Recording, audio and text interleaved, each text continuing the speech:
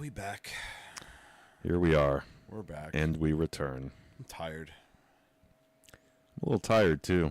I'm freaking wiped out today. I don't sleep too well. Tired. Anyway, hello and welcome to the Freemasons podcast with your hosts, Right Worshipful Brother George Mudry. And Worshipful Brother Ken. I was going to fuck around and say Worshipful Brother Ken.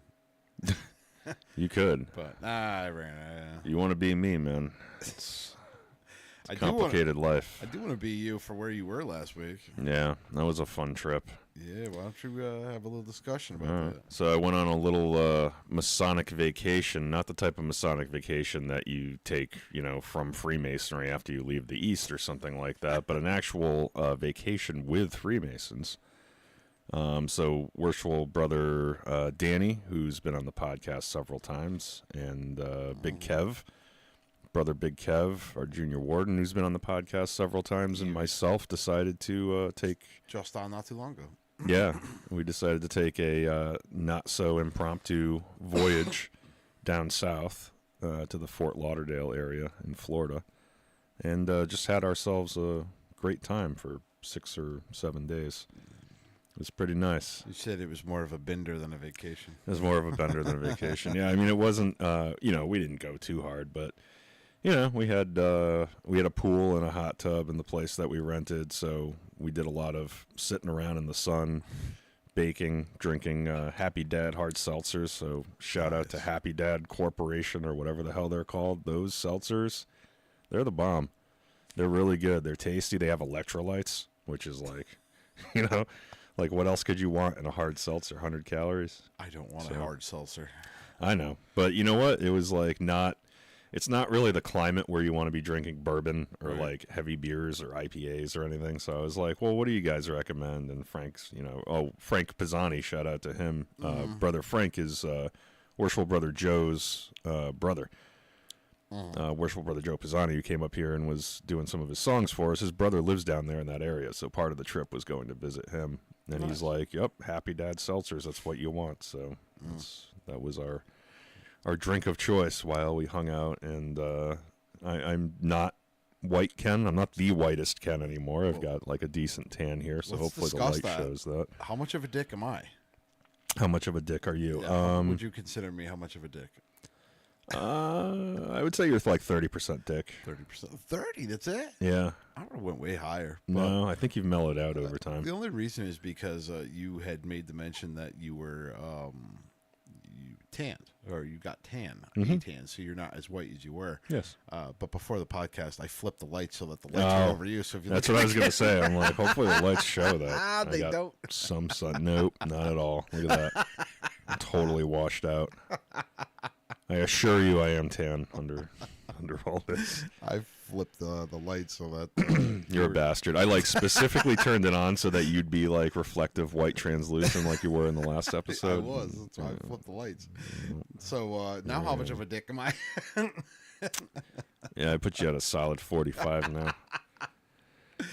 Yeah. Anyway. So it was a fun adventure. We tried to visit some Masonic lodges down there too, which was more difficult than it seemed. I did go on the Grand Lodge website for the jurisdiction of Florida, and there are like five or six different lodges in the area that kind of met during the week that we happened to be there. I emailed some secretaries. One of them got back to me and was like, hey, the last stated communication of the month, what we like to do is go to like a local Irish pub that they spend a lot of time at. They do kind of like a tavern lodge kind of thing at least once a month. Cool. So they're well liked there. They take care of them. So we tried to go down there that night, and we were on Florida time, so we were like 45 minutes late, right? They like started at 6 o'clock. We got there at 6:45. We go in there, and I'm like, I don't even know how to ask for these guys. So I just walk up to the hostess and I'm like, you see a bunch of guys that are wearing shirts like this? I had like my lodge polo on, and I show her the square and compasses, and she's like, oh, the Masons. She's like, yeah, I think they just left a little while ago. I'm like, 45 minutes? So I don't know. We probably should have gotten there on time. That was our bad. So I'd like to apologize to those brothers down there. That was J. Dewey Hawkins Lodge. in the Fort Lauderdale area. So apologies to you, brothers. I wish we had some regalia or, some swag or something to leave for you.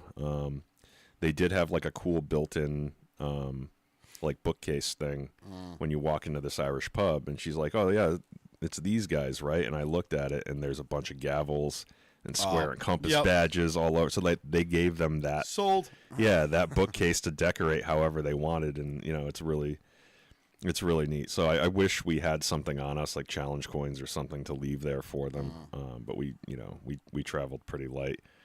Next time, though, I'm sure we're going back down to that area. I'd love to rent the same place again, and I'd love to visit that lodge and leave some stuff for them. Jeb Worshipful Brother Past Master says, "You come to Florida and you don't let me know." Jed, I mean, I announced it on Patreon. I didn't want to spread it to the entire, the entire world that I was traveling and stuff. But I did drop a message really quick on. Is he not I thought he was a member of Patreon. I don't think Discord so. server. I Okay, don't well, think so. You know what? So that we don't run into this snafu next time, Worshipful Brother Jed, all you have to do is join Patreon for as low as $3 a month. Are we still doing that? $3 a month? $5. $5 a month. Well, that's still a small price to pay for access to our Discord server, where you have direct access to the hosts of the podcast. Some of the brothers that have been guests in the past, and exclusive access to things like hanging out when we're traveling. We need to have another Discord day when we record. I was thinking about that. Just go to free chat and let just Discord just run shop. Just talk. We have to make sure that we get the censor button ready to go and the delay set up and so forth, because it can get a little heated. Not heated. Get a little rambunctious. A little bit. But, apologies for that. You can do that? Brother You can Jed. actually set it up where we... Yeah, where we set up a delay and then, have the ability to cut, I didn't know we could in do real that. time. Yep. It's what they do on, like live TV. Same kind of deal. I did not know you could do that. I thought it was just once live. It's out there in the ether. Nope. Totally can intercept the... So basically you're on a delay, and what you're streaming is whatever... No kidding. 30, 40 seconds behind you, and then you can kind of edit in real time if you need to. Yeah. So we had we're going to do an episode. We're just waiting for Joe to come back, but we lost Right Worshipful Brother Chip Schoolfield a couple weeks ago. It's kind of a hard blow for all of us. But we're going to do a little ode to him in the next episode or so. We just want to wait for Joe to come here, but it's kind of what I've been up to. Well, all of us have been up to. I didn't make the week because I didn't realize it until the last minute, and I already had something going on. But I did make the funeral, and we'll talk about it later. Yeah. We don't really get into it now, but yeah, we lost a good brother, so sucks. Rest Cancer in peace, brother. Sucks. Yes, it does. But he well, I won't talk about it now. I won't get upset. So so anyway, this episode is what the hell does that say? I know it says 260 something. I think we're 261. 261. This one's listeners' questions. So if you got any questions out there in the YouTube land about masonry or anything that you want to bring to the table or talk about, we're here to listen. But we got no topic. We really kind of just came up here. We're like, let's record, and didn't have anything going. And in the meantime, we do have some Instagram likes. No Apple reviews, apparently, but we do have Instagram likes, and we've got a ton of them because I haven't done them in a while. So I will start with Masonic Regalia. So thank you, brothers, for following us. Billy Parkinson, Jacob Hill, Anthony, Illuminati Brother something, Brotherhood or something like that. I think it's probably somebody just messing with us, though. Art Palomera, Danny and Wyatt, Corey Russell, It's Corey Kalazu, Daniela Boyle, Trent Kulik. Daniela. Like a female. Yes. Interesting. Yes. NDRST, whatever that is. Lemuel, Austria. Response Logia Adelphia #1. So that's probably a lodge. Yep. Sounds in some country. I don't know which one. Mr. Eli, Tyler, Hayden Schreiner, Jose Romero, Omar Mendoza, Tamor Ali, Asim, Rina, Chan66, Charlie Jackson, and AI Manufacture. Nice. Sublime fashion one. So thank you, brothers and friends, for following us. Jed asks, what shrine unit are you in? I am not a Shriner. It's the one thing I didn't do, a Shrine. Really? Nope. You want to hear something funny? Shoot. I just joined Shrine. Okay. Yeah, so it was actually one brother of ours was very, very adamant at recruiting. Who? Worshipful brother Steve. Oh. Yeah, and finally I was like, you know what? I probably have enough time in my life for Shrine, not Scottish Rite. You know, a few brothers, including Right Worshipful Jack Barrel, keep trying to push me into joining Shrine, and Worshipful brother Shriner Danny. too? Yeah, or I'm sorry, joining Scottish Rite, and I'm like, no, I just don't have time. I'd want to get involved, and I just can't. But Shrine, you know, it's a little bit lower key, sort of the playground of Freemasonry. They do a lot of social stuff. They do a lot of great charitable work, and you got all those clubs and units that you can belong to in Shrine as well. Like the motor patrol, you know, you can drive the little cars and parades. They have a couple of different parade, related units. The clowns and so forth that everybody's kind of familiar with. Yeah, we've had Champ the Clown on before. We've had Bill Russo also on. He's so he's talked about that too. Yep. I don't know. Never So really I joined Pyramid Shrine. Yeah, I never really got into the Shrine. I'm not a member of any units or clubs yet because I literally just joined. So I am considering. They have a sportsman's club, which is like firearms related. They go to, you know, competitive shoots and stuff like that and visit different gun clubs. So probably going to join that one, but Nice. I haven't really researched the other ones yet. John C. Hey, brothers. I'm John. My eyes are fucked. John Cormany, Thank you. longtime listener. Sorry, brother. I didn't screw up your last name. I just my vision is like blurry for some reason. I don't know. But maybe it's a tumor. You feeling Not all a right? tumor. No, it's probably that Celsius you're drinking. He says he's a longtime listener from Springdale 412, South Carolina. Also, can't tell because the heart icon is in the way, but it looks like somebody else will have to say something before I can read it. But it looks like Jam something Shriner. Nice. Yeah, I never got into the Shrine. I went York Rite, I went Scottish Rite. I never went crossed over to the Shrine. No reason why. Just not that I don't like the Shrine. I just You get some more free time in your life. You know, something to look into. You're funny. I'm not gonna try to hard play it. You're funny. Worshipful brother Jed says pipes and drums rule. We do have a pipe and drum unit. I believe still at Pyramid Shrine. Isn't that what what's his name? Collette is part of Ray Collette. Ray Collette, yeah, I think he does. I think he does everything, but Yeah.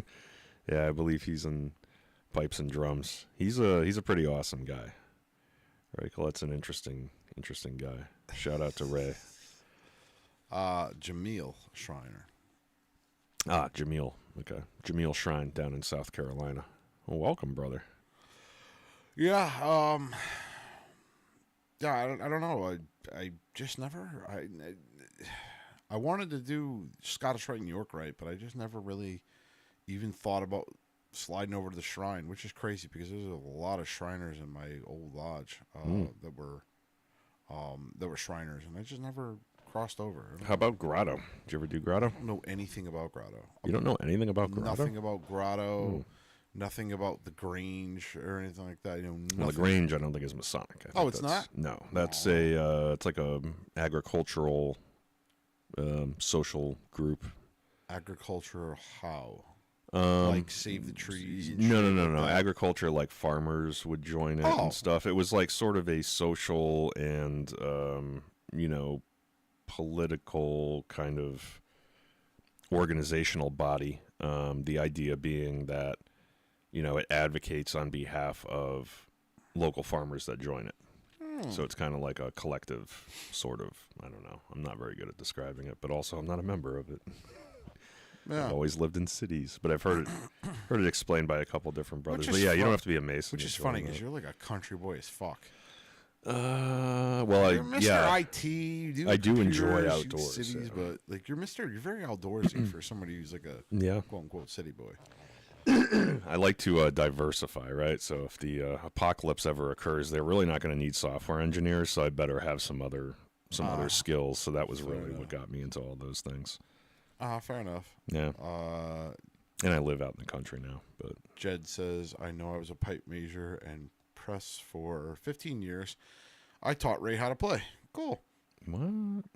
I'm Scott Blanchard. I haven't made it to the grotto or the shrine. I've been invited to the Masonic Order of Athesian. Oh, let's talk about that. What the hell is that? Oh yeah, I've never heard of that. And excited At to see. Athelstan, the Masonic Order of Athelstan. Interesting. The shrine is worth it. I'm loving every event they put on. Yeah, I know they put on some pretty good events. That was John C. Yeah, I don't know. I suck. I suck as a human being, as a Mason. No, that's not true. What's going on, Ligarius?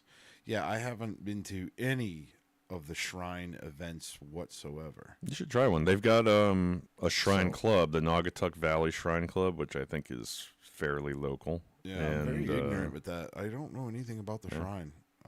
Well, I'll drag you to some stuff because I'm sure they're going to make me try to drag you to some stuff. So that will be my mission in life from now on, I'm sure. That'll be my unit, is the George recruiting unit. George recruiting unit. Yeah. Grotto's pretty cool.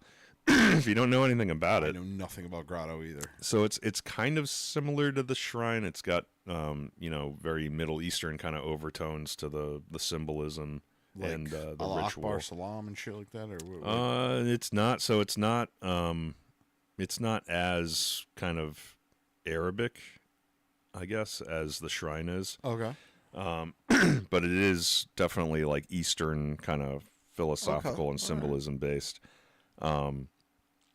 Oh God, let me think if I can remember what the acronym is for what the actual name of the order is. I cannot. I'm looking Most something. It's MOVPER. So I can it's see it right through the blinds over there on Yeah. the banner. it's something of the prophets of the enchanted realm. I'm not being a very good representative of the grotto right now, but their charity is dentistry for children with special needs. Oh. So that's their sort of their go-to. Whereas the shrine is obviously the Shriners Children's Hospital, and then Northern Masonic Jurisdiction Scottish Rite does the dyslexia centers. Yep. So their thing is like childhood dentistry. And then the Knights Templar is the Knights Templar Eye Foundation. Eye Foundation. Yep. Trying to cure cancer of the eye. Yep. Every single one of the appending bodies has their own thing, which is pretty freaking cool. Like, Yeah. the Some of them give a ton of money every day to those and not those to charities. and not to the Illuminati or the New World Order. You fuckers No. for listening. Yeah, we're not trying to take over the world. We're trying to make the world a better place. Some of us. Yeah, some of us. But yeah, the grotto is more like it's like a social organization, like the shrine, right? So, Interesting. very little ritual involved. When you're kind of indoctrinated into the order, there's sort of like a little bit of pageantry involved, but not a ton. Just like the shrine, right? There's not a series of degrees or anything like that.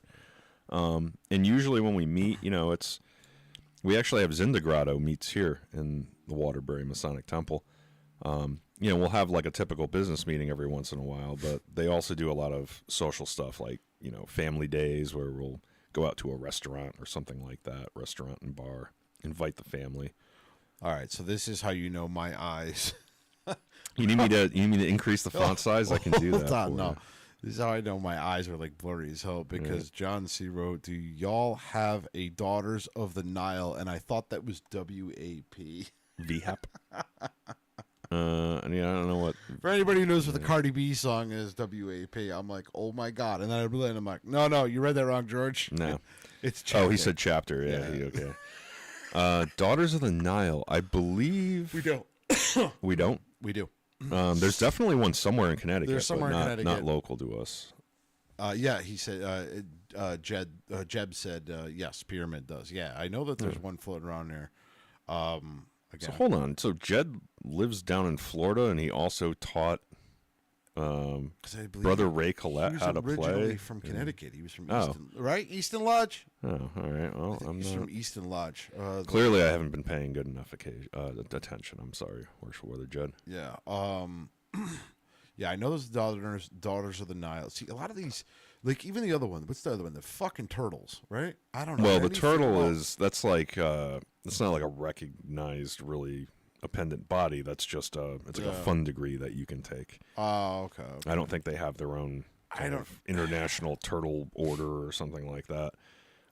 But there's Daughters of the Nile, which is not super popular, I don't think, in Connecticut, but there's definitely one because somebody brought fraternal greetings at the last Grand Lodge meeting. So I know they're around, and there's Job's Daughters, which I don't believe we have in Connecticut, but my mother-in-law was one when she was young. I think there's a couple other ones, too. Jed says he moved down in 2016. He's a past master of Orange Lodge 143. Oh, okay. Well, apologies, my brother, for not knowing that. You suck, I should jackass.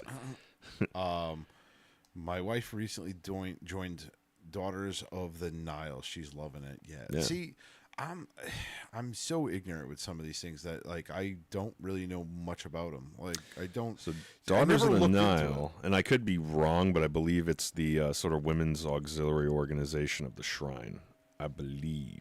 Oh, okay, so I it's could like be the wrong, Beauceant, because- the Order of the Beauceant for Yes. females with Yep. the what's their friggin' names? The Knights Templar. Knights Templar Commander, yeah. So Job's Daughters, I'm not really sure how that works, but that's a youth organization, a Masonic youth organization for girls, just like Rainbow for girls, Oh no shit. D Malay for boys. But Daughters of the Nile, I believe, is like a women's auxiliary. You got the Yep, confirmation there. Are you a All right. turtle? I'm not a turtle. I don't know anything about the damn turtle. I know, yeah. I mean, All right. eventually, I will do that degree. I'm but gonna get on not my yet. soapbox here. Uh-oh. I'm probably gonna piss off Don't a lot do of it. Masons, but Don't do it. I don't know. Some of these degrees and stuff, I can't get on board with. Like, It's supposed to be fun. but where did we go from being a secret society and the mystery, everything, to now making asses of ourselves? You know what I mean? Like, Well, sometimes, I mean, everything kind of teaches a lesson. everything kind of teaches Right. a lesson. Yeah, I guess you're right. And Freemasonry, like Blue Lodge especially. Showing and- my ignorance, I'm being a freaking.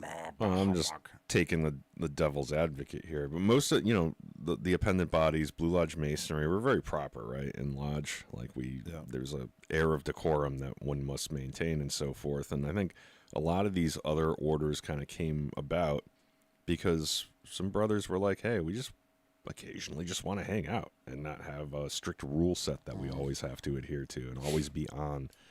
So I think that's where a lot of that kind of stuff came about. The turtle degree is interesting because your family can take it, right? Like your kids and your wife and stuff like that. Really? I believe kids are allowed. I can't remember if it's a 21 plus thing. We got but Zachary W in the freaking chat throwing gang signs. I don't know what the hell gang he's saying. signs. Yeah, YBYSAIA. That's it's a turtle. Turtle term or something like It's that. a turtle thing. Yeah. I'm not going to get into that, but Brother Gregory, greetings from King David's Lodge 209 in California. I do work with the OES. It's the Order of the Eastern Star. Outside of Blue Lodge, Rainbow Girls was established for girls who had no Masonic relations. Interesting. I didn't know that. yeah. That's pretty cool. Hey, welcome, brother. Order of the Eastern Star, I think they changed their rules at some point as well. I think somebody at Grand Lodge that represented OES, Would they or change maybe their it was rules to- Amaranth, said that they changed their rules in Listen, recent Amaranth times. all female. Yeah, but there was also something that said that you had to have like a father who's a Mason or something like that, and they made it a little bit more inclusive at a certain point. Found Can't it. remember. Found it. I listened to that story too with rapt attention, and it just fell out of my brain while I was on vacation last week. So I apologize if somebody knows that story. I'm going to let go me with the know. alcohol. The alcohol? No, it wasn't the alcohol. The alcohol made it fall out of your brain. I didn't drink heavily. Usually it turns you into freaking goober brains, oatmeal brains. No. John Not C. what we and just how we were drinking. Recently got a chapter of Demole. Yeah. Very cool. You know what I really wish, and this is what I really pushed for Morningstar, which ended up falling on its freaking tits, was to try to get in order the chapter, right? Yeah, you were trying to get the chapter. I was trying to get a chapter to open in Morningstar. It ended up falling on its face, but hey, listen, tried because historically, you know, the chapter always followed Blue Lodge. Mm-hmm. A lot of lodges had at least a chapter, because the chapter of York Rite basically finished the story of what happened after your Master Mason degree. Yep. And in some jurisdictions, it's like part of the Blue Lodge degrees. Like it's part of the series of initial degrees that you take. Turtles started. This is Scott Blanchard. Yep. Turtles started with U.S. servicemen in Europe, not Masonic, but we seem to keep it alive just to play. Yep.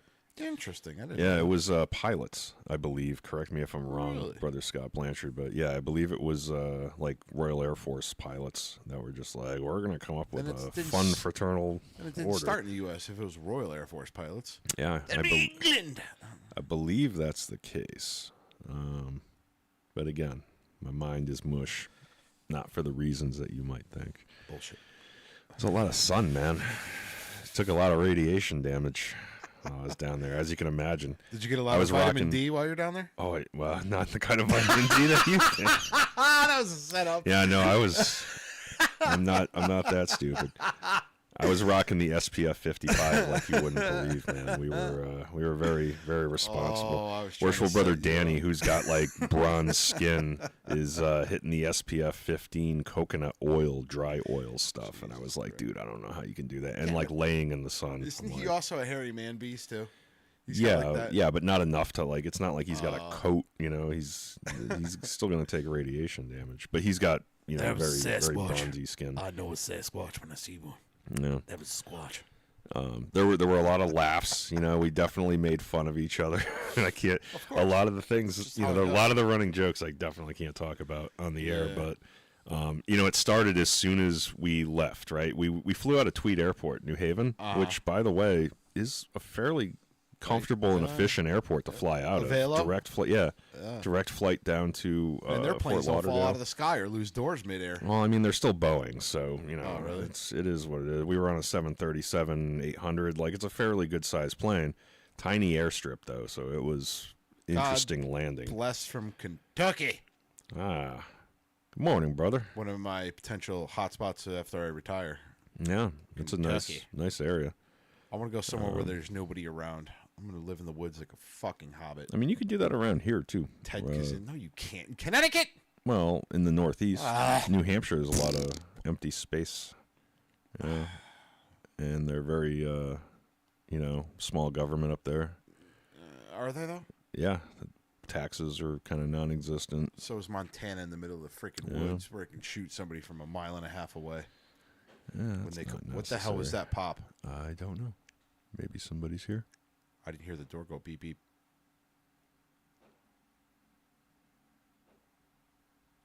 What the fuck is that? I don't know. It's a lot of tapping. Yeah, it is. Now I'm a little worried. This is a haunted lodge, so yeah. What is your name? We'll have to be very careful what we talk about. So what is your quest? Poltergeists don't throw some of these ancient books at us. Well, I mean, everybody's seen Monty Python and the Hurt Search for the Holy Grail, so that was my Not everybody, These but yes. questions 3. What is your favorite color? Yeah. Somebody responds to that, I'm out of this fucking building. Oh, yeah. Like a lightning bolt. Yeah. We've got too much to live for.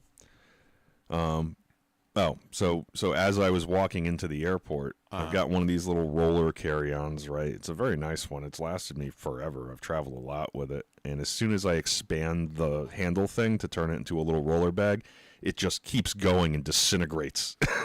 So I have... Ligarius answered the question. Thank you.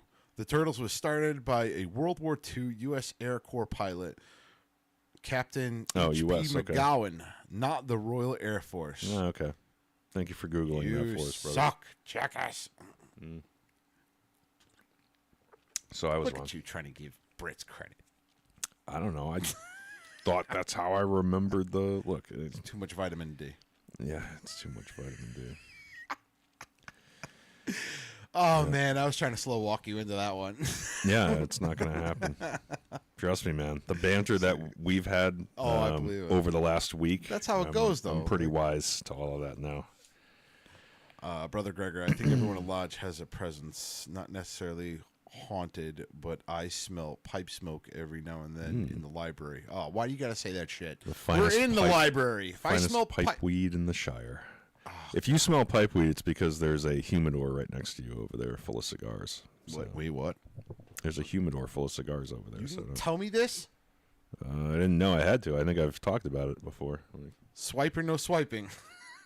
Well, I mean, I'm sure you can have one. They're community cigars. I put a few in there. There should be a Hiram and Solomon in there. If you want to smoke that, yeah. Yeah, that was kind of weird. The pops. I hope the mics picked that up so everybody could hear that shit. I think they did. I could hear it in my monitors. It's probably the heaters. When the heaters kick on, they do pop a bit. We'll go with the heaters. Shout out to the Waterbury Masonic Temple Corps and the brothers that came out to do the work day the other day. I think the reason these things are popping is because they're actually working now because they vacuumed out all of the crud from in between all the fins on all of these things. Maybe. Yeah, we'll go with that. That's a sound theory. Yeah. That's right, Brother Gregory. It's the Hiram Humidor. Yeah. It's actually pretty cool. One of my brothers carved it for me. I don't think we did we ever box show right that on there, there. right? Yeah.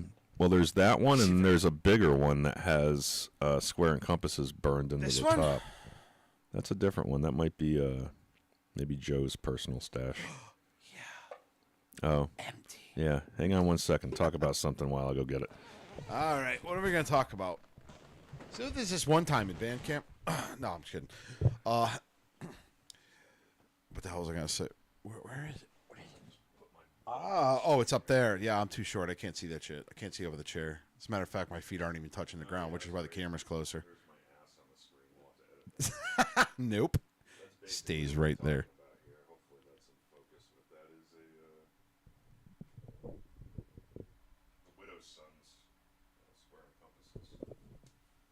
For anybody who didn't hear that, it's a Widow's Son square and compasses on the top of the box.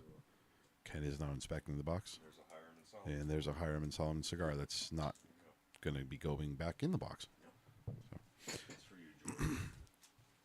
Nice. Very nice. Yep. So hopefully everybody enjoyed that view. What, your ass? Yeah. Yep. Your ass full of vitamin D. No. And we wonder why the ghosts are all riled up. Because of that kind of nonsense. Hey, listen. Yeah. So that's a Hiram and Solomon. Those are pretty good cigars. I get those down the road at the Commissioner's Cigar Lounge, which several of Harmony members are members of, and the owners of that establishment are also recently made Masons. So shout out to them for providing us delightful cigars. Question then. The person who produces this, is it a Masonic cigar? Or is it I think hijacked the logo and called it that? I believe the owners are Masons. I believe they are. Very nice. Because that was kind of the first question that we asked too. Was, hey, is this just like some Illuminati? Like they thought the symbol was cool, so they slapped it on a cigar. And I believe the owners are Masons. If there's one term I can take out of people's fucking mouths, and that's the Illuminati. Not the goddamn Illuminati. No. And everybody seems to marry the two all the time. Well, if you don't know any better, like the profane world kind of sees the two as maybe interchangeable, but let's talk about the Illuminati. All right, it was an order by Adam Weishaupt back in 1860 or whenever the hell back it was. No, before then, 1705. I don't remember, but because George Washington actually had correspondence about the Illuminati that they infiltrated the Freemasons, but George Washington basically said to guard the West Gate, in so many words, and make sure that they don't get in. As for the Illuminati being an order, I don't think it's an order anymore. Do I think a lot of the symbolism blended into Freemasonry? Yes. Did they somewhat probably get into Freemasonry? Yes. But I think that their nefarious, and understand, the Illuminati wasn't bad in its day. Adam Weishaupt had the right idea. Separation of church and state. That's what he wanted. That's how it got started.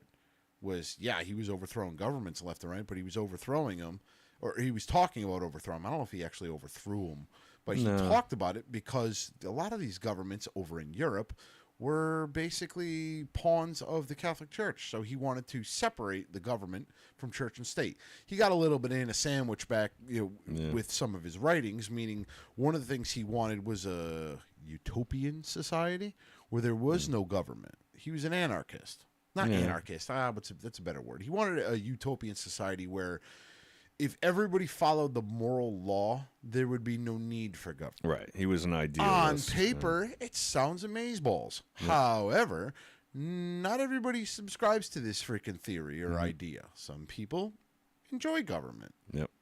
I think government needs to be there to keep shit organized, but I don't think they need to be all up in your shit. Yeah. And that's kind of what he was trying to do.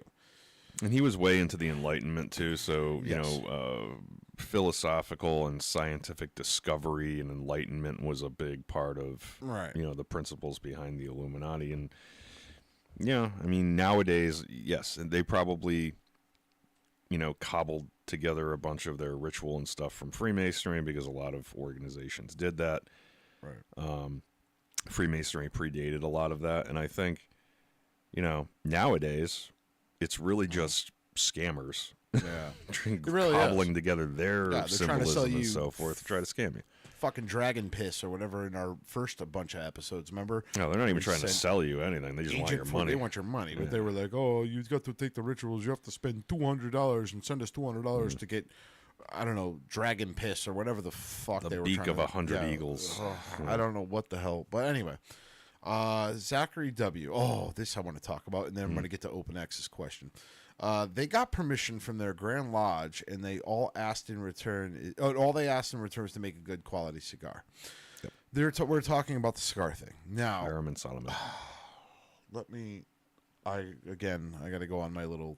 I think I'm just getting old. I'm just turning into my old man. I'm bitter old nasty. You're gonna get off my lawn. Yeah, I was just gonna say. But I will say, here we go. Here's what I'm saying. This is. Hear me out on this one, okay? What really grinds your gears? What grinds my gears? I'll tell you what grinds my gears. Asking permission from a Grand Lodge to make a cigar and put a logo on it. First off, there is no trademark on the Freemasons logo.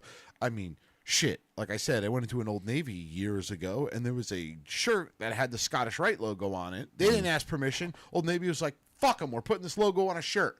Boom. Or they didn't even know what it was. They didn't even know what it was. It as something that was popular. Some Giacomo was going to buy that shirt and rock it and not know what the hell I think it was just the symbol of the Twin Eagles is. I think it's professional courtesy, right? I think that's what they were after, was just like, hey, if they can rubber stamp this and they won't come after us after the fact. But that's the part that pisses me off. The Grand Lodge can come after you for trying to make a little side hustle and put it using the Masonic logo. It's not even a side hustle, it's promotion of the craft. So basically, the Grand Lodge or Masonry in itself is getting free advertisement, and they get to make a little freaking cash in their pocket. That's kind of what burns my ass, and maybe that's what burns my ass because of the ordeal we went through. Yeah, you know what I mean? We're sitting here trying to promote a craft and asking nothing in return, and we're doing it for the benefit of Freemasonry. All right, our situation's different though, because we're not a for-profit, trying to make a profit margin off of something, a tangible good that we're selling. But see, with them, it's like they're manufacturing something and they're selling it. But who gives a shit? Freemasonry is all about you scratch my back, I scratch yours, right? Helping each other out, right? Yeah. Isn't that what the fuck they're doing? They're making money, and they're also promoting the craft. So why would the Grand Lodge? I don't understand why you need to ask permission. I always beg forgiveness before I ask for permission.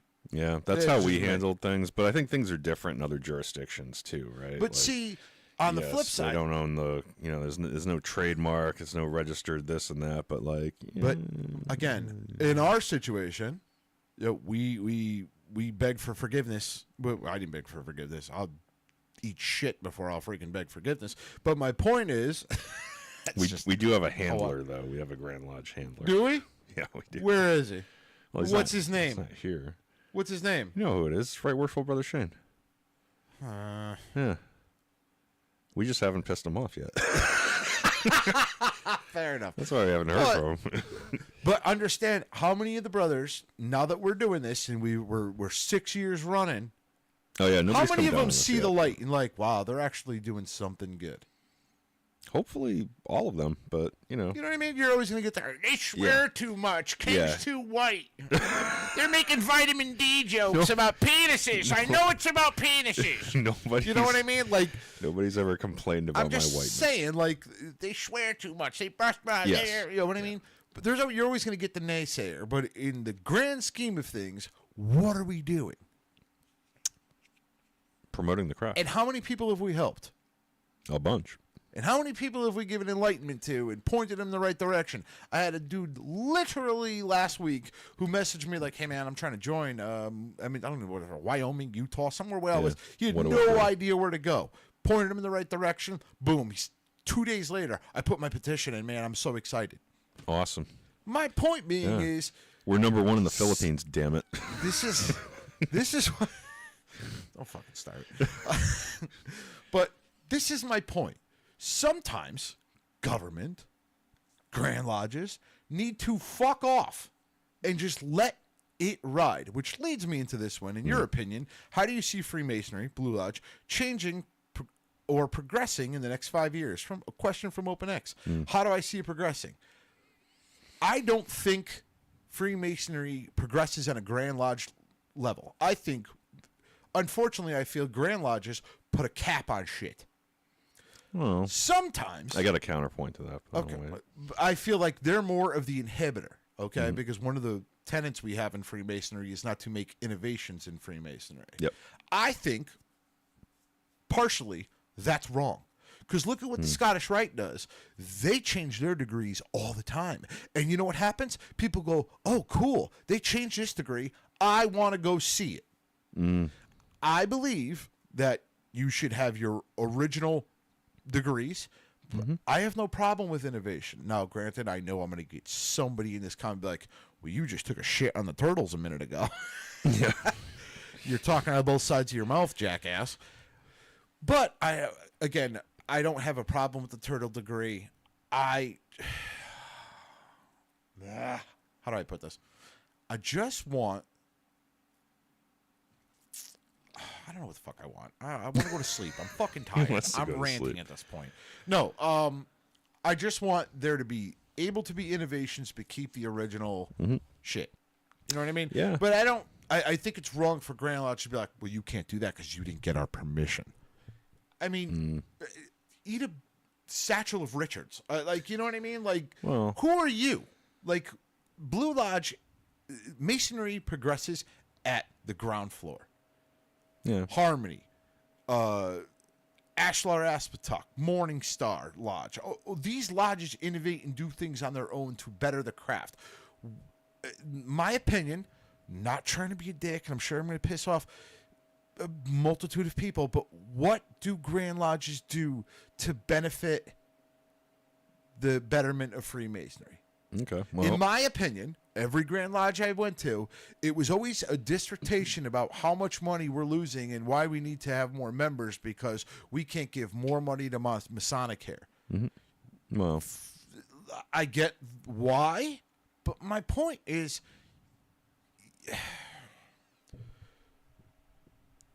things don't stay together by government. People keep things together. yep. Well, I think the real benefit of Rant over. Yeah. I'll counterpoint here. The real benefit of Grand Lodge, and yes, like things do probably get a little bit more out of control than they really should, but I think that the benefit of having a Grand Lodge is they keep first and foremost ritual consistency. I'm fine with that. With the Blue Lodge degrees. Now, okay, there you can innovate, and if you're an appendant body, you can create new. Okay, I totally get that. That's fine. With the 3 original degrees of Freemasonry, I think we lose something by changing it Oh, I don't want to change those. in such a way that Right. So that's now what's the purpose of Grand Lodge? Well, one of them is we receive our charters from Grand Lodge. So yes, we are subordinate to them at the lodge level, but it all depends on how much power the Grand Lodge has. In Connecticut, it's not what I would consider to be, over draconian or anything like that. There's, yes, they maintain ritual consistency. Can I segue in that? Can I just add to that? By no means am I talking about our Grand Lodge. Our Grand Lodge is actually fantastic. They're pretty good, yeah. They leave us be. They let us innovate. They let us put it a chamber reflection in Morningstar. They let us do this podcast. They didn't pull no dues cards. They didn't make a big stink out of it. There was one person who made a big stink and tried to create a coup against us. Well, he was just angry, yeah. But realistically, our Grand Lodge looked at it and like, yeah, they're good. Yeah. Like, our Grand Lodge really is non-draconian. And shout out to the Grand Lodge of the state of Connecticut for being as cool as they are. Yeah. I'm talking about other Grand Lodges, and I hope this does make it to other Grand Lodges who will have those draconian rules. Back off. Let your But membership increase type things, like, I was going to speak to the membership program that the Grand Lodge of Connecticut that, Most Worshipful Brother Joe Porco put into place last year. It did really well. Like, we netted membership. Yeah. And why were we able to do that? Because of the resources at the Grand Lodge level, right? The advertising, all that kind of stuff to, like, get new potential members to the West Gates. The individual lodges just wouldn't have been able to pull off. We need to have another Grandmaster up here. So, it's been a while. Yeah. A hot one. It's our fault. We haven't really put the invitation out. Yeah. Maybe Most Worshipful Brother Ed Page might be willing to come on. I'll talk to him. He's a great guy. Freaking dynamite guy. Yeah. Let me tell you, of all of Masons that I've gotten along with, he's a good dude, man. I thoroughly enjoy his company. The freaking guy's always got a smile on his face, always seeks you out to shake your hand. That is a fucking leader if I've ever seen. He's a hugger, by the way. He's a hugger. That's fine. Whatever. I'll take a hug. He's going to seek you out to hug you. That's fine. I don't give a shit. I'll take a bromance hug. He's a great guy. Well, I'll see if I can pull some strings and maybe like see if every he'd be time willing to come on. I've ever been to an event where he is, that dude seeks you out. He knows your name. He remembers your name. Let me tell you, there are people in your life that are fantastic leaders, and he's one of them. Mm-hmm. They seek you out. They don't break your balls. They only ask that you do what you're supposed to do. And, I'm also giving my shout out to my future boss here. Who's your future boss? Well, when I bid off, I'm going to... I don't want to drop his name because, again, I know he's a chief in the judicial marshals.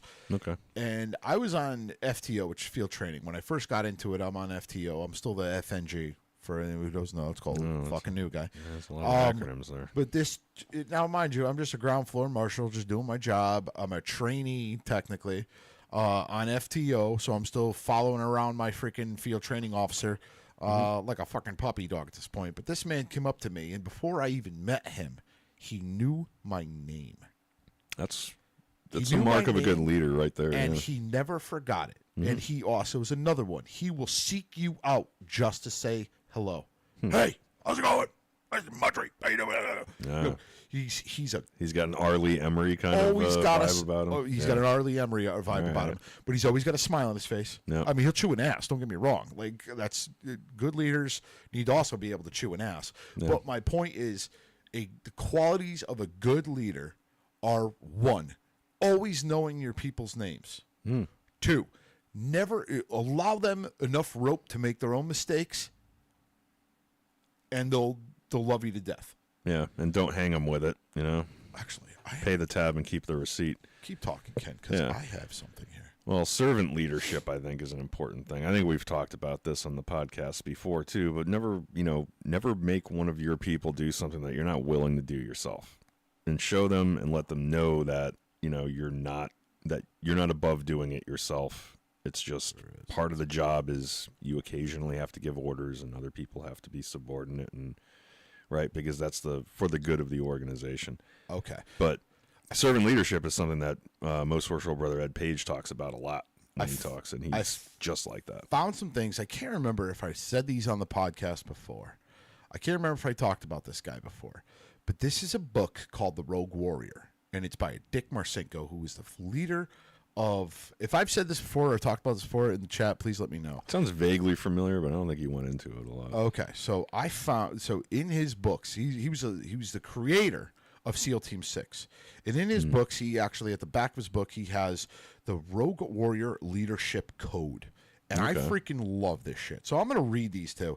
And anybody who listens to this who's going to be in a leadership position, I know when you become the master of a lodge, they have our own ritual and keep harmony. Yeah, and you learn something about it as you go through the chairs, too. As you go through chairs. Yeah. But take this, listen to this, and apply it to you, because this shit is fantastic. Okay. And his leadership code was, I will test my theories on myself first. I will be my own guinea pig. You literally just said that. I like that. I will be totally committed to what I believe, and I will risk all that I have for these beliefs. Also good. That's die a on good your sword if you need to in certain situations. Yep. And on top of that, we talked about indecision. Yeah. We've talked about indecision and not being able to make a single decision. Yeah. Like not knowing whether to go left or right. Effective leaders don't do that. Doesn't do that. He says, we're going right, let's go. Yep. There's no, which way should we go? He just pulls the trigger and goes. I will back my subordinates all the way when they take reasonable risks to help me achieve my goals. Yep. Solid. Boom. Always I will not punish people. my people for making mistakes. I will only punishing them for not learning from their mistakes. Yep. Pay the tab, keep the receipt. Shit. Yep. You said that too. Yep. I will not be afraid to take action because I know that almost any action is better than inaction, and I will sometimes not and I know sometimes not acting is the boldest action of all. Yep. Beautiful. Yep. I will always make it crystal clear where I stand and what I believe. Mm-hmm. Yep. You got to make sure that your vision is communicated. Yep. I will always be easy to find. I will be at the center of the battle. Yep. Boom. Yep. Follow your drop. People in. Best freaking advice. Yep. We watched a few episodes of Band of Brothers as well while we were on vacation because Worshipful Brother Danny had never seen it before, and Big Kev and I were quoting it a couple times, and we're like, yeah, all right, Danny doesn't understand what we're talking about. We should show him this. But who's your favorite character? I think that's a tough one, but obviously Dick Winters he's the poster boy for servant leadership. Everything you just talked about, that was him. That was how he operated, and he's a very likable character as a result. But I really like Nixon too. Spears. You like Spears because he was a psychopath, or everyone thought he was a psychopath. Yeah, everyone thought he was a psychopath, but he was super even keeled. Effective leader. Yeah. And he was always at the center of the battle. He was at the tip of the spear. That dude ran right across where they Foy was this the city? Ran straight across, didn't ask for any help, just bolted across, hooked up with the other unit, and then Fox came back. Company and came back. Like that is some gangster shit. Yeah, like, and everybody was just like, But you know what? bewildered. He had the command and respect of his people. Yeah, because he was the first person. He didn't say, "Hey, you go run across that field." They're like, "Fuck you!" Yeah, that dude was like, "All right, hold the fort down. I'll be right back." Pew, and he was gone. Yep. That right there gets people to follow you. Yep. You can't ask for a better leader. There's another thing here that I got. This one I like too. This isn't leadership, but this is also the 10 Commandments of Spec War. Special warfare. Yeah. There we go. But you can find wisdom in this. I've done Sun Tzu. We've talked about Sun Tzu. You can find inspiration in your life on this as well. Yep. And you can apply this to any. This is almost like Sun Tzu's Art of War. People in business use this too. But here's another one. This is the 10 Commandments of Spec War. I am the warlord and the wrathful god of combat, and I will always lead you from the front, not the rear. Okay. Quality of a leader. I will treat you all alike, just like shit. Everybody is equally garbage in this platoon. He's joking here. I will treat you like shit, but that's not 100% true. He just means everyone's equal. Yep. Everyone's going to be treated exactly the same. That's a very important. Don't play favorites. Mm-hmm. Stay away from cliques. Yep. Thou shalt do nothing I will not do first, and thus you will be created warriors in my deadly image. There you go. If you take it from a leadership of a master of a lodge point of view, I'm not going to ask anything of you if I'm not willing to do it myself. Bingo. Yep. I shall punish thy bodies because thou more sweatest in training, thou less bleedest in combat. Apply that to your ritual. Yeah. I will practice my ritual. Yeah. Because if I practice my ritual, I won't fuck it up during a degree. Yeah, and we're going to be serious about Learn it. Learn your ritual. You'll need less during a degree. Yeah. Unless you want Messner correcting you. Oh, that was a shot at Alex. That was a dirty shot at Alex. Why was it a shot at Alex? Oh, because Alex was getting corrected. Alex knows his ritual. I better shut up because the next time Alex gives me a tattoo, he's just going to fuck it up and he's going to draw a big vitamin D on my left arm. Yep. Indeed, if thou hurteth in thy efforts, thou suffer painful things, thou art doing it right. So make mistakes. Mistakes make you better. Yep. Breaking this down in layman's terms and not combat terms, but that's the more mistakes you make, the better you'll get. Yep. Everybody sucks at everything the first time. Sucks at everything in life. You're going to make mistakes in life. Life lesson here. Life coach Mudry here on the couch. Yes. There's another shot. Doesn't sound very life coachy. Everybody sucks the first time you do it. You do. That's you true. Suck. That's true.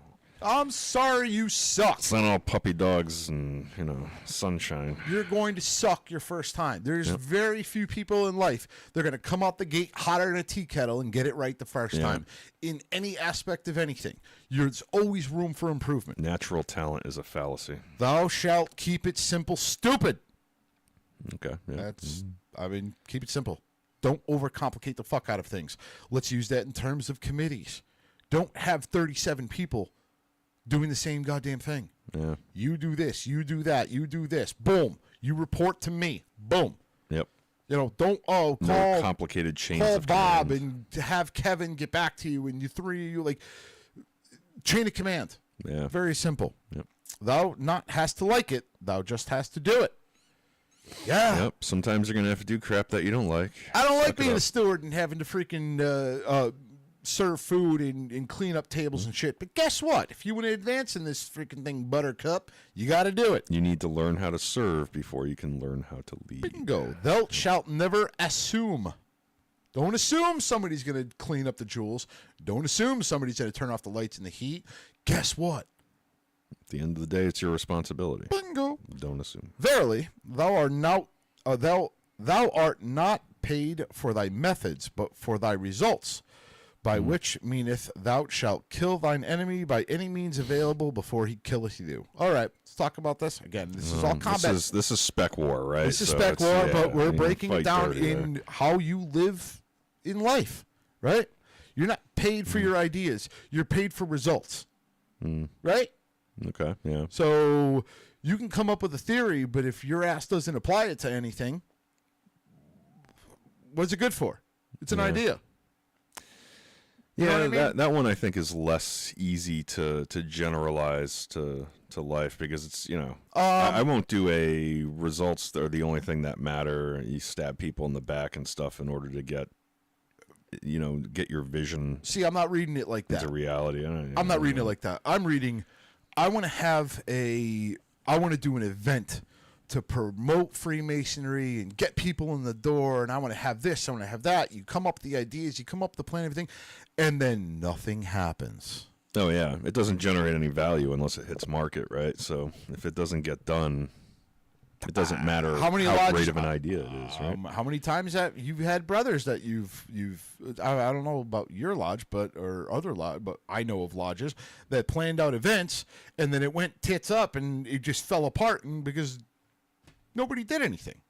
Yeah, I mean, sometimes those things happen and you learn from your mistakes, and sometimes it's like resources or something. Improvise, adapt, and overcome as well, right? Yeah. If something goes awry, the leader, a good, effective leader, pivots and makes a move. All right, cool. We're not doing this. This is what we're doing now, and makes that decision. Yeah.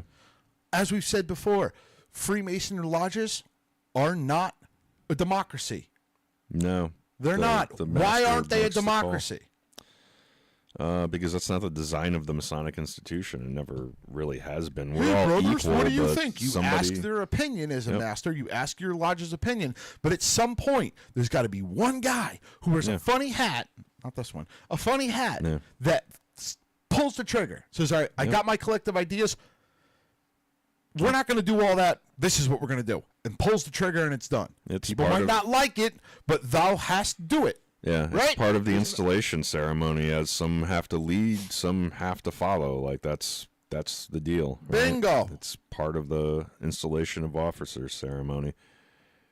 Right? You don't have to like everything the Master of the Lodge is doing, but he's the one that you voted in, and he is in charge for that term of office. So supporting him is kind of your duty. It's the right thing to do. So let's see here. OpenX actually said, I knocked on my lodge's door because of this podcast. There you go, George. Pat yourself on the back again. I don't pat myself on the back. I know. I'll pat your back for you. I rub my vitamin D. Oh, God. Well, it's great to hear, brother. Thank you so much. Yeah, and it's not me. Stop with that me shit. I know. We're a team. Yeah, We're a fucking tripod. That we are. I know which one you are. Bong James Bong. He gave us a little top hat emoji. Oh. The master's I mean, there's your daily dose of wisdom right there from Dick Marcinko. I mean, that's leadership right there in a nutshell. Make decisions. Be personable. Be approachable. That's number one. Be approachable. Nothing worse than having a boss, a leader who you can't walk up to because he's just got "fuck you" written on his forehead. You know? What was the name of that guy in Band of Brothers that was like the crap, like came out of West Point, came in with the replacements, took over a platoon, nobody trusted him? Dix. That was Dix? Dix. Okay. Remember, he was like, I gotta call a regiment. Yeah, he's like yawning in combat, and he's like, carry on, I'll be in the area. And he just kind of like meanders off. And somebody who didn't apply themselves. Yeah. Who didn't want to be there. wasn't it Lieutenant Dyke? Lieutenant Dyke. Lieutenant Dyke, yeah. Dyke. So he's like the antithesis. He's the opposite of your Spears and your, because he didn't want to be bothered. He wanted. He said it right in the beginning of the show. I think he's like he got out of West Point. He had somebody who was higher up, and he needed to get some sort of combat experience so he could move further up the chain. Yep. That is the fucking worst leadership quality you can possibly have. Yep. Is somebody who the best leaders are the ones that didn't want to be the damn leaders. Yeah. Because they didn't have any skin in the game. They just wanted to do their job. Those are the best leaders. Yep. The ones that want to climb the scale, those are the worst leaders. Yep. Because it's all about accolades and pins and awards and look at me, and I'm so goddamn up. shiny. Yep. The best leaders are the ones who don't want it. Yep. And Winters did not want it. He was I think he was, I forget what he was, probably a lieutenant or something like that. And then he got... or sergeant or whatever, and he got, during D-Day as they were dropping, all the leaders above him got killed, and then he became in charge of Easy Company. Now, David Schwimmer, his character, what the hell Captain is Sobel. Captain Sobel. Yeah. Let's talk about Captain Sobel real quick as a leader. Guy. Let's talk about Captain Sobel as a... This turned into... We should change some listeners' questions to leadership. Band of Brothers leadership qualities dissected. Yeah. But let's talk about Captain Sobel. Good, effective leader. He pushed his people. He pushed them. His problem was he was a fucking asshole. Nobody respected him. Nobody respected him because he was a fucking asshole. Yep. He kept pulling their freaking their weekend passes, which is liberty. Now we call it liberty in the military. You get weekend liberty or whatever the hell. But he kept pulling their passes because he just wanted to be a dick. Well, he wanted to make Easy Company the best company in the regiment, and he did. He was effective at it, but he lost combat effect. He did it in such a way that nobody trusted him. Like, he had no command authority, and he wouldn't have had command authority in combat, and that's why. And that was the other thing is he the guy above him, Colonel Sink, sent him off to be a training, and he was an excellent trainer. Yeah, but he sucked in the combat. Nobody would have followed him in the combat. There are people who are great ritualists. And they need to be ritualists because they're great ritualist coached. But as a boss or a leader, they fucking suck. Yeah, it can happen. So yeah, there is no names. I think I read an article at one point about leadership and the different types of leadership as displayed in Band of Brothers. And man, you can see it all. Yeah, like you see every different type of leader, and I mean, you can see by example what makes a decent one, right?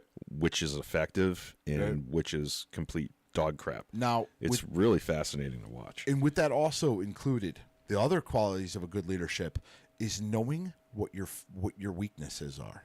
Yeah.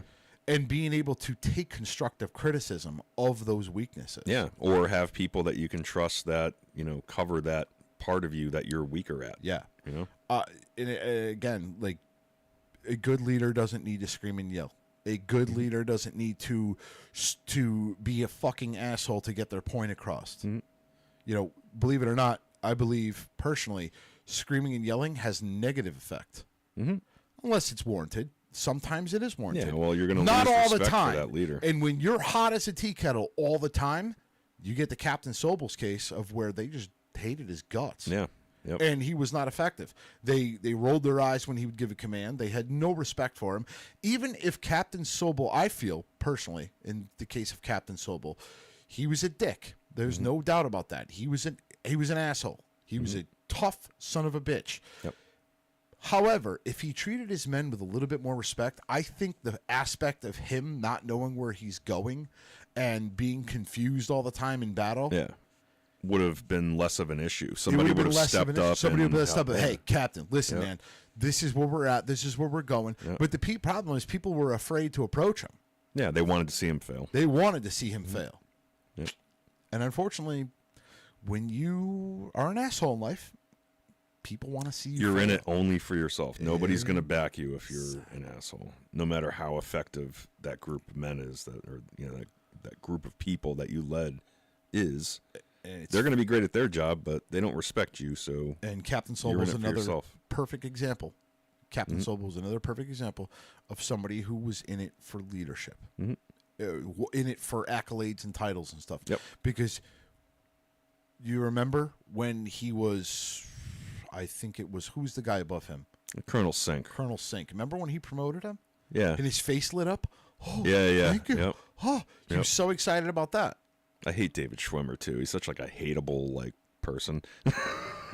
So it's like easy for him to do Captain Sobel. He did a good job. He saw the promotion and then he's like, "Wait a second, you're taking Easy Company away from me," even though Sink just said, "Look, you made the greatest company in the regiment." Yep. And it's definitely due to you. Now I'm sending you off to be a trainer. Now Colonel Sink recognized what Captain he did. Sobel was all about. Yep. He knew what he was. That's why he fluffed his feathers and said, "Hey, man, we're going to give you a promotion. Yep. We're going to make you a training leader. Yep. You're taking away Easy Company? Yeah. But understand, you're more effective working more people." The war effort needs you So he elsewhere. fluffed his ego. Yep. The war effort needs your help here. He fluffed his ego, and he did it in such a good way that it didn't look like a reprimand. Mm-hmm. Yep. It didn't look like a reprimand. It looked like we need you. Yeah. That right there is another good quality of leadership, is being able to effectively make things, oh God, what's the word I'm looking for? Well, move the pieces around to make things more effective without knocking people down. Thank you. Yeah. Perfect. Yeah. He didn't ruin him. He didn't need to scream and yell at him. Why are all your sergeants mutinying against you? Blah, blah, blah, blah, blah. No, he didn't even bring that up. Yeah, he didn't even bring it up. He just said, "Hey, man, we need you to be a trainer. You be a great, effective. I can't believe what you did with Easy Company. I can't wait for you. You need to be a trainer. You need to make more companies like you did with Easy." He fluffed his ego because he knew that's what he was all about. Yep. And it worked. So Sink is another good leader for that Zachary reason. W. You're absolutely right. Fact, the ability to tell someone to go to hell in such a manner that they look forward to it. Is To the my trip, trait. yeah. That's tact. You got It's it, tact. brother. You need to have that as a leader. Yep. Because if he would have done it a different way and went in there and flipped the fuck out on him and told him you're losing your freak because you're being a fucking asshole, what do you think Captain Sobel would have done? He would have went back to that Easy Company, Taking it all out on them. terrorized them, Yeah. and he would have lost their combat effectiveness. Yep. So it was done perfectly. Yeah. Plus, he was on the eve of, the biggest military action to date. Yeah. It's like you don't want That's anybody to be non-effective at that point. Like, it's a critical time. That's how you need Gotta to be have as a all your leader. You resources need to ready. use your Yep. brain and not your brawn. Yep. So, And you definitely have more brain than brawn. yeah, I'd say that's probably a fair assessment. Thanks, And George. truth be told, A little out of shape right now. truth be told, Tan, but out of that's shape. something I need to work on too. If I was to pick a negative quality trait with me, my negative quality trait is fuck the shit o'clock. Fuck the shit o'clock. What do I mean by that? I mean when shit gets tough, I'm more of the fuck it, let it burn. The shutdown. Yeah. Let it burn. Shut it down. Okay. And I go nuclear option. That if I had to pick a trait, that's mine. Oh, Okay. Nobody wants to work. Nobody wants to do shit. Cool. Watch this. Yeah. And you just let it burn. Yeah. And we all know. I mean, there's memes all over Facebook and Instagram and all that stuff of what is it? Hold my beer. The house is on fire and Hold the my little beer. girl is just looking away from it. Yeah. Hold my beer. Yeah. You know what I mean? Isn't that the joke? Yeah. Because in the joke of the hold my beer memes is, oh, you did it that bad? Watch this. I'm going to do it worse. You know what I Yeah. mean? That I'd have to say is my negative quality where I go it's into a little shutdown toxic. mode. I go into shutdown mode. I say, fuck this shit o'clock. I'm all done. And I let it all burn. That's my negative trait if I had one. We're all working on these things. Yeah, well, everybody's got their thing. You just Indeed. need to recognize your faults. Yep. And Recognize by your recognizing your fallacies. faults will make you a better leader. Ken, you got shit to do. I got shit to do. I do. Let's shut this shit down. Wow, we did pretty good here. We did about an hour-long episode. Yep. Hey, and we didn't have a topic. Correct. Look at us. But Pat All myself right. on the back. for the Freemates podcast, I'm Right Worship Brother George Mudry signing off. And I'm Worshipful Brother Ken, signing off. Remember, everybody, Ken. get your vitamin D. Get your vitamin D. All Summer's right. coming. Shut it down. Have a good night, everyone. Enjoy, my friends. Thank you for listening. So do you call it Sunny D-Light? I do.